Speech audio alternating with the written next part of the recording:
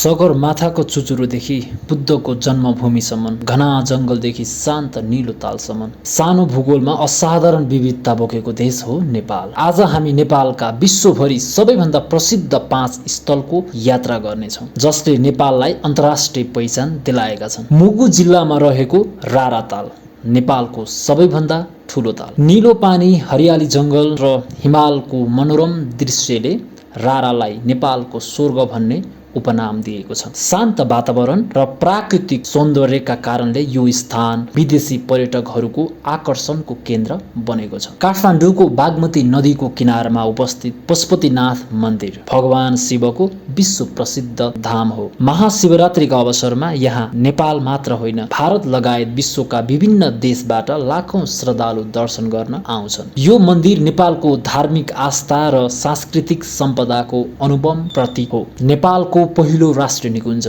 चितवन राष्ट्रिय निकुञ्ज जैविक विविधताका लागि विश्वभर प्रसिद्ध छ। यहाँ दुर्लभ एकसिङ्गे गैंडा, बङ्गाल बाघ, घडियाल गोही र सयौं प्रजातिका चराचुरुङ्गी पाइन्छ। जीव सफारी, हात्ती प्रजनन केन्द्र र थारू संस्कृतिले यो स्थानलाई पर्यटकहरूको मनपर्ने गन्तव्य बनाएको छ। रूपन्देही जिल्लामा रहेको लुम्बिनी भगवान गौतम बुद्धको जन्मस्थल हो। 2500 वर्षभन्दा पुरानो इतिहास बोकेको यो पवित्र भूमि आज विश्वभरका बौद्ध धर्मावलम्बीहरूको प्रमुख तीर्थस्थल बनेको छ। यहाँ रहेको मायादेवी मन्दिर, अशोक स्तम्भ र विभिन्न देशहरूले निर्माण गरेको विहारहरूले शान्ति र सह-अस्तित्वको सन्देश फैलाइरहेको छ। र पहिलो नम्बरमा आउँछ विश्वको सबैभन्दा अग्लो हिमाल सगरमाथा यानी माउन्ट एभरेस्ट। समुद्र सतहबाट 8848.86 मिटर उचाइमा अवस्थित छ। हरेक वर्ष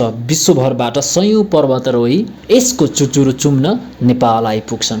तर सगरमाथा केवल हिमाल मात्र होइन, यो साहस, धैर्यता र मानवीय सङ्कल्पको प्रतीक पनि हो। यस हिमालले नेपाललाई विश्वको पर्वतीय पर्यटकको केन्द्रको रूपमा स्थापित गरेको छ।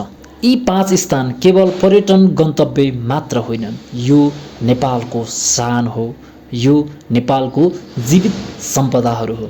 यदि तपाईले अझै यो ठाउँहरूलाई भ्रमण गर्नुभएको छैन भने एकपटक अवश्य घुम्नुहोला, किनकि नेपाल केवल एउटा देश होइन, संसारलाई प्रेरणा दिने अद्भुत सम्पदा हो।